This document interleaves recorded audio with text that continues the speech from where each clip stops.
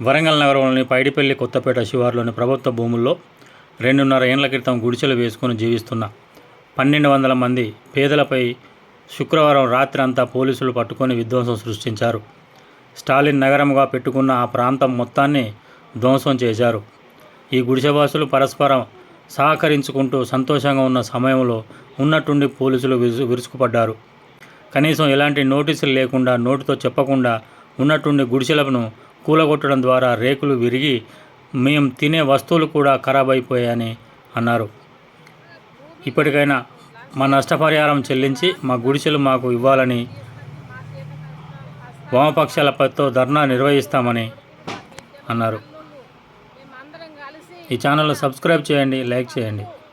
తిండికి తీగనకు నీళ్లు లేక నుప్పులుగా ఉప్పుడు పసలు వచ్చి భూమి దక్కించుకోవాలని మేము పోరాటం చేసినాం.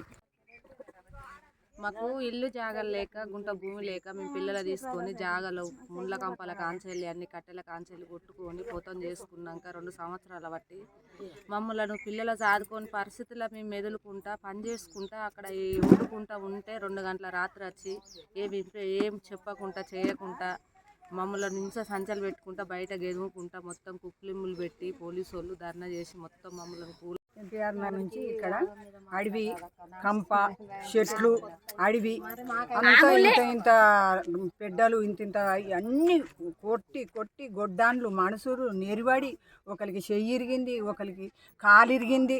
ఆ 2 సంవత్సరాల నుంచి ఎలాంటి భయం లేకుంటున్నాం.